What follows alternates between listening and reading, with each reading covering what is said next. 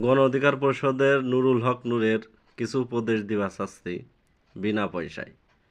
যেহেতু তারা বিএনপির সাথে জোট করে একটা আসন নেছে, তাও তার পিছনে শত্রুর অভাব নাই, স্বতন্ত্র হয়ে দাঁড়াইছে বিএনপির সব প্রার্থী।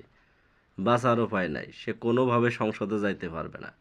এখন একটা উপায় আছে, যেহেতু চরমোনাইয়ের দল বাংলাদেশ জামাতে ইসলামের জোট থেকে তারা বেরিয়ে গেছে।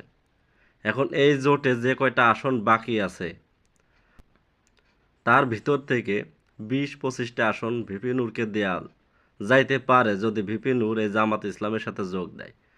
হয়তো কিছু আসন পাবে, ২০-২৫টা আসন সে পাবে, সংসদেও যাইতে পারবে। তার ১৫-২০ জন তার এমপি সংসদে যাবে, আমার বিশ্বাস। তো এখন সে বুঝুক যে সেই দল থেকে বেরিয়ে আসবে না বাংলাদেশ জামাত ইসলামে যোগ দেবে। এখন চিন্তা ভাবনা করুক। সে পড়েছে মাইনকেস সিপাই, ২ নগায় পাড়া দিয়ে তার জীবন শেষ।